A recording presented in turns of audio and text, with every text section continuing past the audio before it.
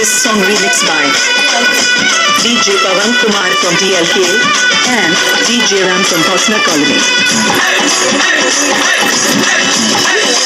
Okay, let's go.